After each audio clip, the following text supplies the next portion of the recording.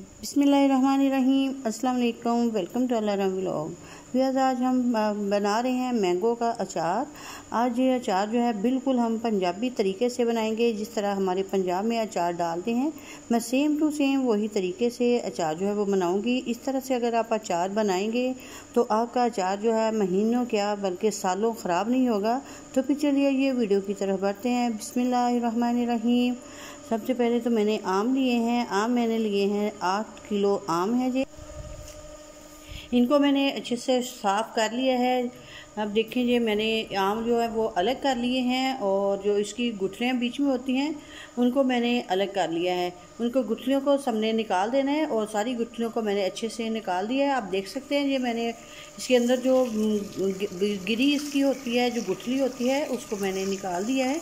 और अब मैं इसे वॉश करूँगी। वॉश हमने खुले पानी में करना है ताकि जो मिट्टी वगैरह है, जो उसके ऊपर गर्द गुबार होती है, हम रेडियो से आम जो लेके आते हैं तो वो काफ़ी मैले कचाले होते हैं। तो अब देखिएगा कितनी इसके अंदर से जो मैल वगैरह है वो निकलेगी।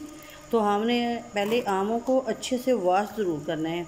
खुले पानी के अंदर हमने वॉश कर लेना है आपको। देखिए मैंने इतने बड़े टब के अंदर डाल के तो जो आम थे कटे हुए उनको वॉश कर लिया है। अब इसे टोकरी में निकाल लूँगी।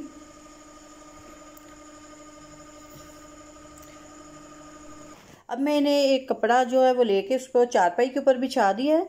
तो जो सारे आम हैं इनको ऐसे ही कपड़े के ऊपर डाल के तो फैला देना है।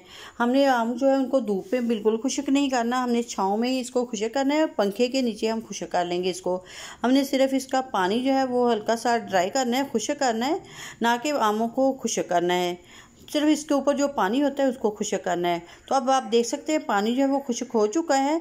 तो अब मैं इसको मिक्स कर लूँगी। मिक्स करने के पहले मैं आपको जो स्पाइसेस जो है वो हम इसके अंदर डालेंगे। वो है मसाले जो अचार के हैं वो, और इसमें है सौंफ 100 ग्राम, और कलवंजी है ये भी 100 ग्राम है,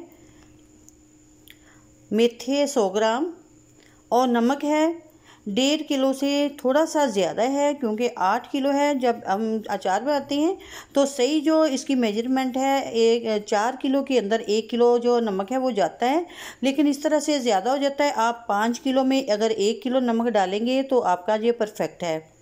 तो अब ये स्पाइसेस हैं। स्पाइसेस में कुटी हुई लाल मिर्च, पिसी हुई लाल मिर्च और हल्दी पाउडर। हल्दी पाउडर जो है वो अचार के अंदर ज़्यादा डाला जाता है ताकि इससे जो अचार का कलर है वो बहुत ही अच्छा सा और प्यारा सा आता है।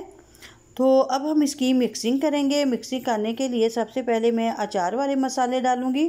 सबसे पहले मैंने कलवंजी को डाल दिया है और अब इसके अंदर ऐड कर दिया मैंने मेथे और सौंफ को भी। तो अब मैं इसके अंदर ऐड कर रही हूँ नमक। नमक मैंने थोड़ा सा जो रख लिया वो बाद में डाल के तो इसको मिक्स कर लूँगी। अब इसमें जो स्पाइसेस थे वो डाल दिए हैं। इन सारी चीज़ों को डालने के बाद हमने इसकी मिक्सिंग जो है वो बहुत ही अच्छे से करनी है। ऐसे मलते जाना है और इसको मिक्स करते जाना है।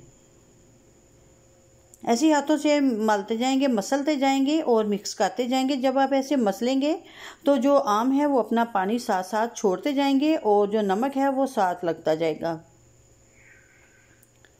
अब देख रहे हैं कि जो आम है वो गीले गीले से होने शुरू हो चुके हैं। तो जो आम हैं उन्होंने अपना पानी जो है वो छोड़ना शुरू कर दिया है। ऐसे ही मैं इसको मिक्स करती जाऊंगी। इसको ऐसे हाथों से हमने मसलते जाना है और जो नमक और मसाले वगैरह हैं इनको मिक्स करते जाना है। अभी मैंने इसके अंदर कोई तेल वगैरह कुछ नहीं डाला, सिर्फ मसाले जो हैं उनको डाला है। तो आप देख सकते हैं कि आम जो है वो गीले गीले से लग रहे हैं, लेकिन ये आमों का अपना पानी है जो उन्होंने छोड़ा है। तो इसी तरह से मिक्स करते जाएंगे इनको ऐसे मल मल के। तो जो आम हैं वो अपना पानी छोड़ते जाएंगे और जो मसाले हैं वो बहुत ही अच्छे से मिक्स होते जाएंगे। अगर मसाले रह भी जाएंगे तो वो बाद में जो है वो मिक्स हो जाएंगे। तो इसको मैंने ऐसे सारे मसालों को मिक्स कर दिया है। अब जो बाकी का नमक बचा है उसे भी मैं डाल के तो इसके अंदर ऐसे ही मिक्स कर लूँगी।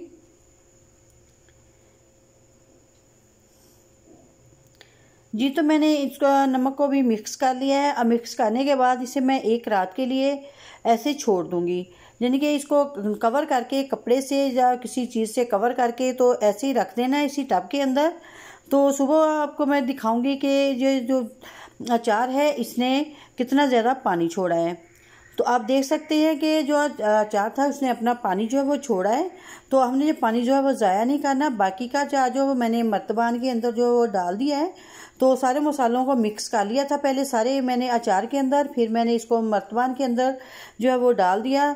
और अब ये जो पानी बचा है इसे भी हमने इसी मर्तबान के अंदर ऐसे ही डाल देना है और सारा अचार जो है वो हम इसी मर्तबान के अंदर ऐसे ही डाल देंगे। जब सारा अचार डाल जाए तो इसको हमने अच्छे से दबा दबा के तो इसको नीचे कर देना है और फिर इसके ऊपर हमने डाल देना है तेल। तेल हमने बिल्कुल बहुत ही अच्छे से इसके ऊपर जो है वो डाल तेल जो है आप देख सकते हैं मैंने किस तरह से डाला है। तेल जो सरसों का तेल है वो मैंने इसके ऊपर डाला है और बिल्कुल ऊपर तक जो अचार के तेल डाल दिया है ताकि अचार जो है हमारा ख़राब ना हो। इस तरह से अचार हम बनाएंगे तो अचार जो है हमारा वो सालों तक ख़राब नहीं होगा, बिल्कुल ऐसे ही रहेगा जैसे हमने अभी डाला है। अगर आपको मेरी आज की वीडियो जब पसंद आई तो प्लीज़ लाइक करें, शेयर करें और जो चैनल पर नए हैं वो मेरे चैनल को ज़रूर सब्सक्राइब कर लें। और इसके साथ ही मुझे दीजिएगा इजाज़त, अपनी दुआ में याद रखिएगा। अल्लाह हाफिज़।